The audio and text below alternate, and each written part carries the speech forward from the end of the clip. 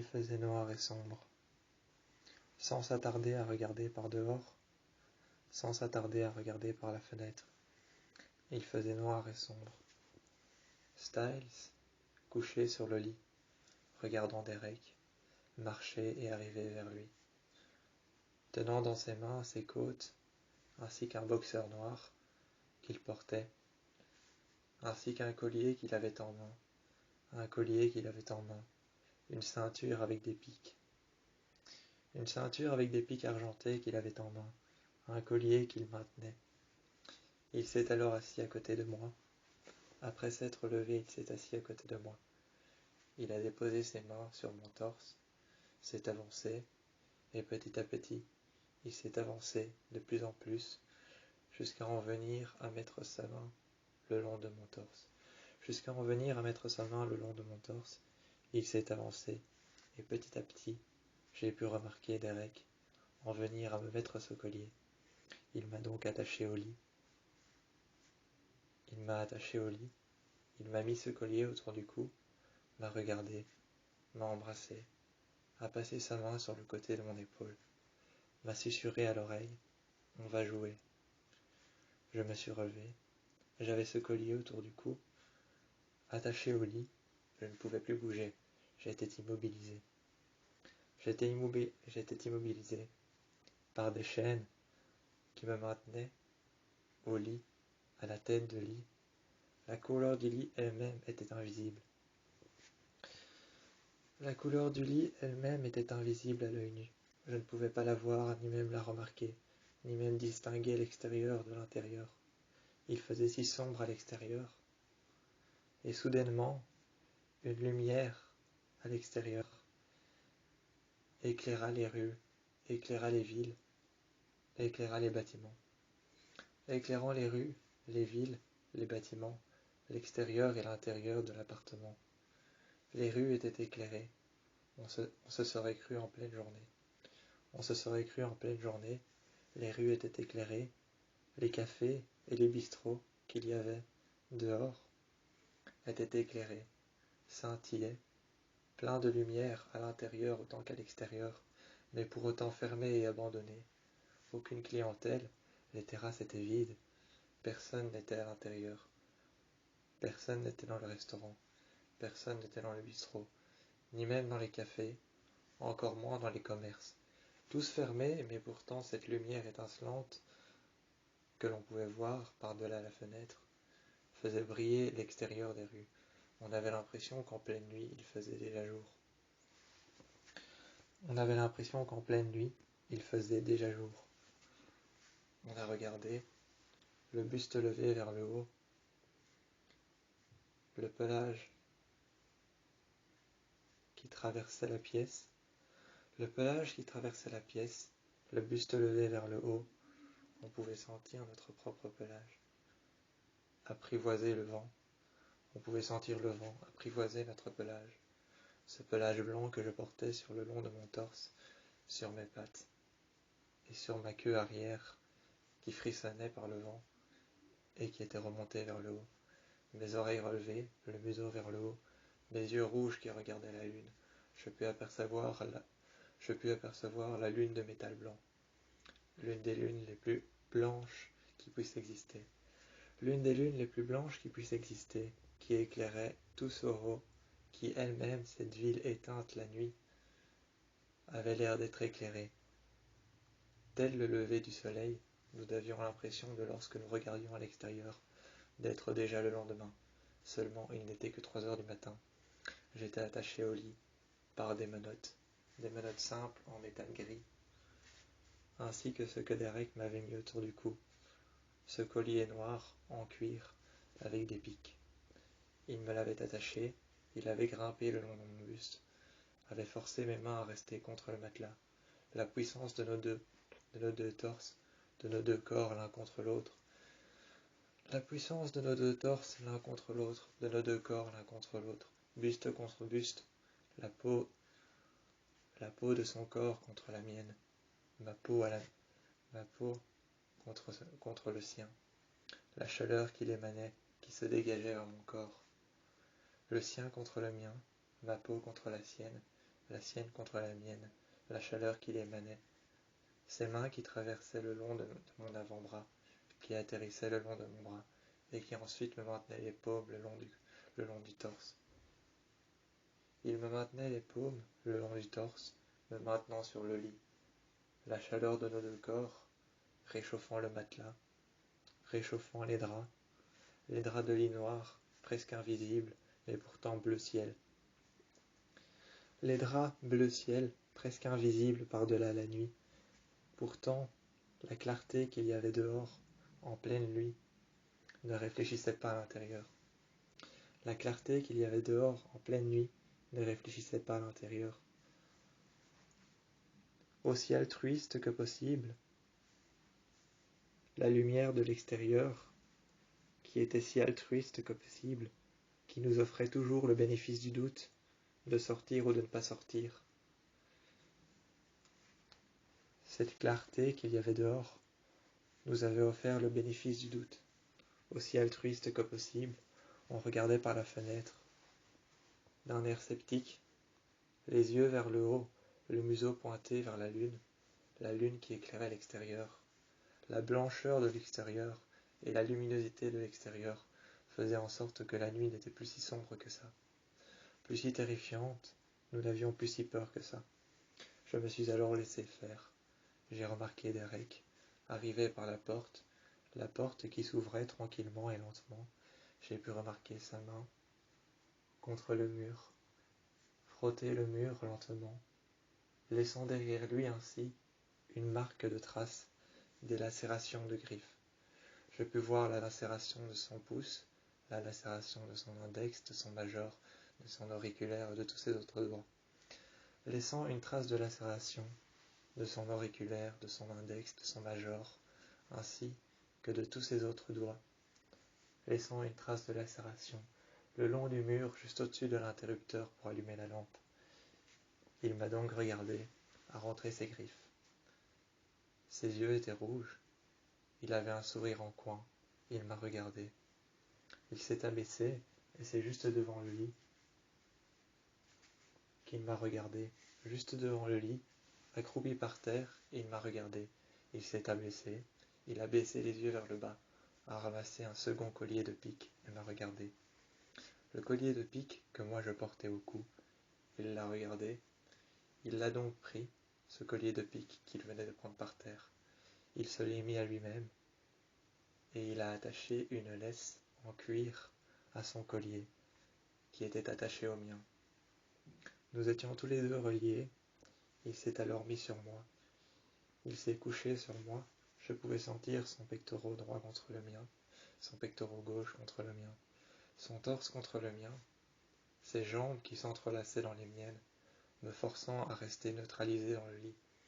Il me poussait à l'intérieur du lit, me forçant à rester neutralisé. Je me laissais faire. J'étais comme un jouet humain. Puis j'aperçus plus tard que c'était la pleine lune qui le forçait à faire toutes ces choses. Il en perdait le contrôle, mais j'appréciais ce qu'il faisait. Je trouvais ça érotique. Je trouvais ça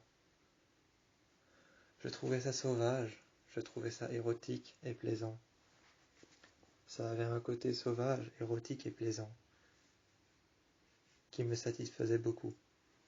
Ce côté érotique et plaisant qui me satisfaisait beaucoup, assez sauvage et très animal qu'avait Derek lorsque la pleine lune se présentait.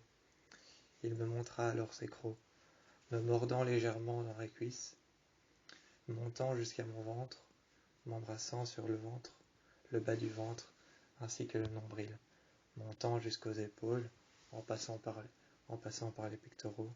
Il me regarda, lèvre contre lèvre, plongé dans ses yeux. Je ne lui ai pas posé de questions. Il a mis sa main sur la mienne, j'ai mis ma main sur la sienne, sur ses lèvres. Mettant sa main sur mes lèvres, il m'a regardé, il l'a retirée et il m'a embrassé.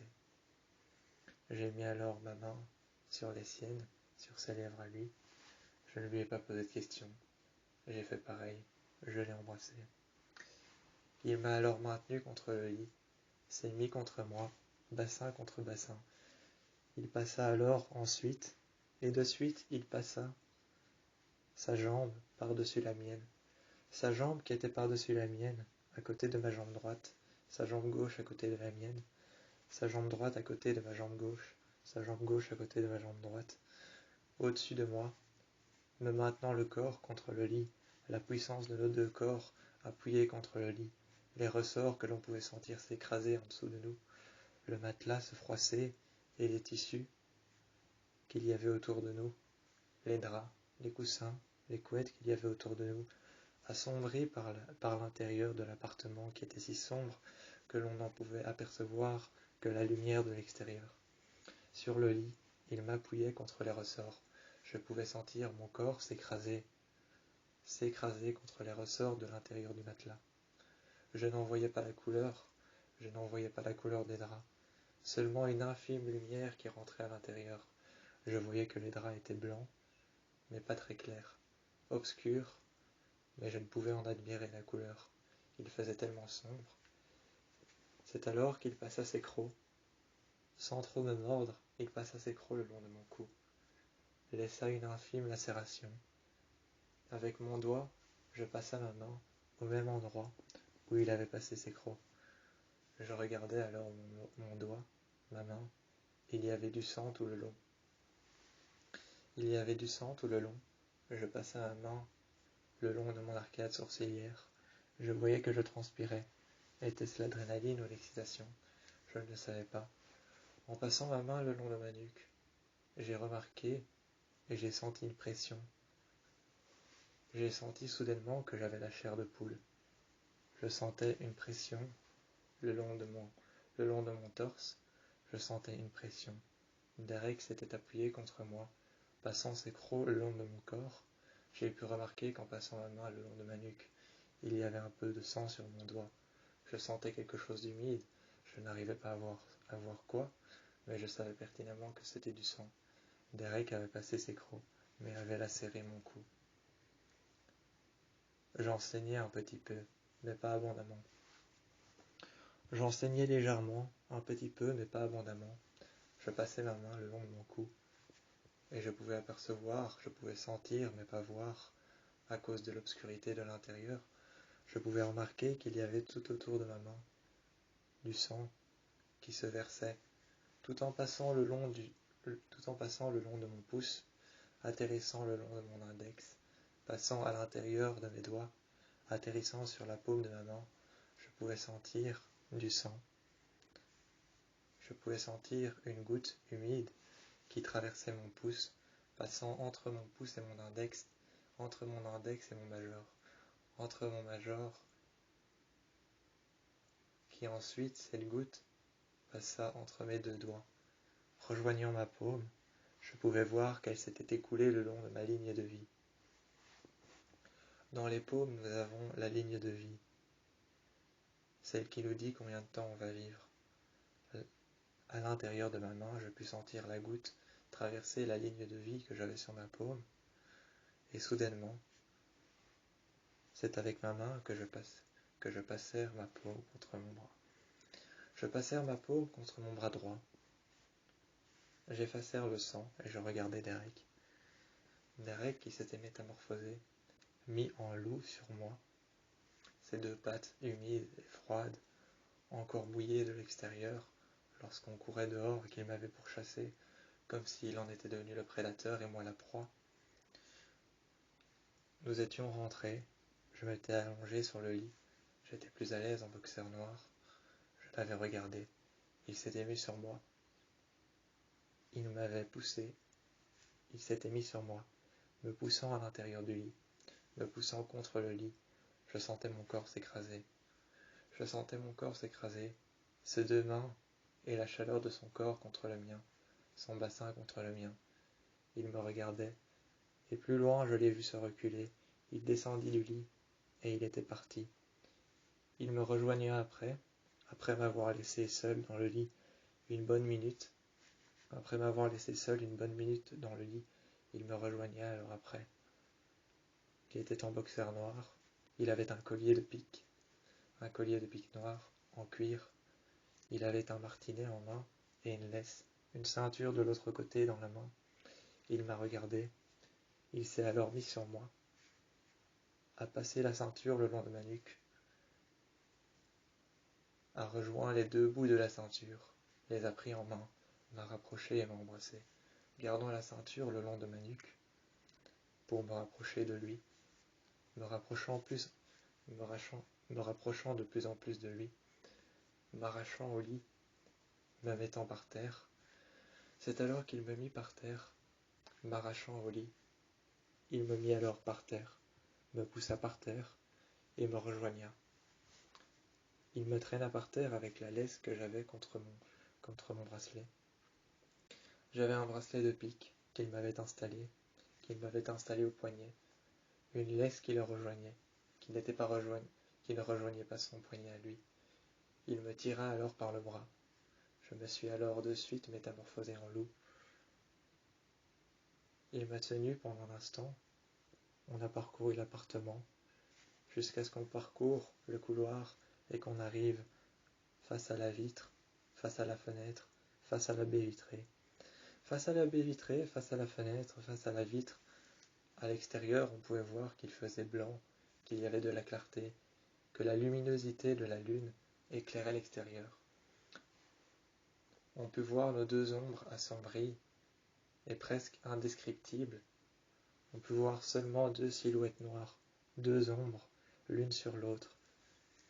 Un corps qui était allongé sur le sol, se retenant par la simple force de ses coudes, relevant son torse et relevant sa tête, qui était relevée, son torse et son buste relevés, ses jambes pliées, par-dessus lui. Une autre ombre est apparue, un autre homme, plus massif, plus grand, qui lui baissa les jambes, les laissa par terre, et les maintenant par terre, baissant ses jambes et pliant ses articulations. Il prit alors ses pieds et grimpa le long de son torse. Grimpant le long de son torse, il rejoigna ses jambes. Il le prit alors d'assaut par la nuque, l'embrassa tout en passant sa main le long de sa nuque.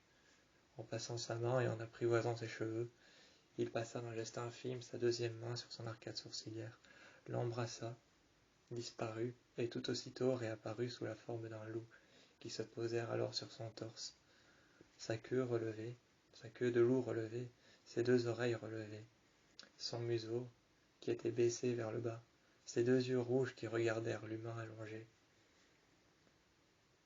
C'est alors que ce même loup se métamorphosa, se recoucha à côté de l'humain qui était allongé, et moi-même, Styles, je l'ai regardé, il m'a regardé, il s'est allongé près de moi, il m'a embrassé, m'a maintenu au sol, ce sol froid et humide que je sentais le long de mes omoplates, parcourir chacune de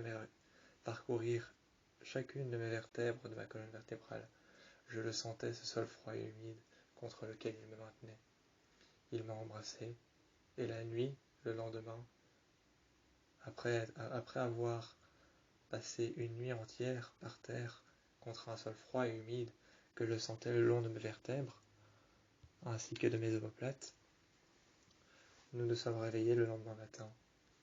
J'avais un loup à côté de moi, sa tête posée sur mon torse, sur mon pectoral droit, sa queue qui était tout autour de ma jambe, allongée à côté. Il avait les yeux fermés, il respirait, je sentais son battement de cœur et ses poumons. Je me suis alors levé et il m'a suivi. C'était Derek qui m'a regardé dans les yeux et qui m'a embrassé. Ce soir-là, j'ai compris que la lune avait une influence sur sa manière de réagir avec moi. Mais nous sommes partis dans la forêt à nouveau, et tout a recommencé une nouvelle fois, comme une boucle.